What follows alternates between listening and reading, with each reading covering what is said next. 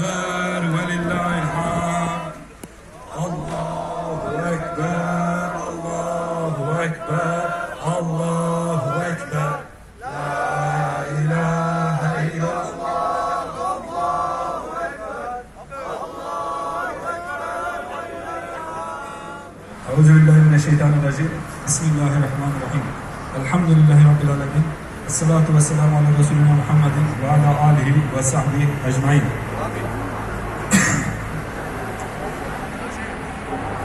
Sayın basın mensupları, kıymetli Müslümanlar.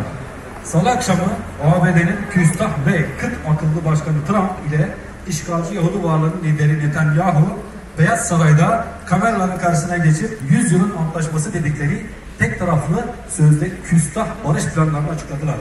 Ciddiyetsiz ve lakayt tavırları ile dikkat çeken bu iki küstah, Filistin için kurdukları yeni komployu ve Müslümanları mukaddes verdiler nasıl tasfiye edeceklerini sözde barış planı olarak açıklıyorlardı.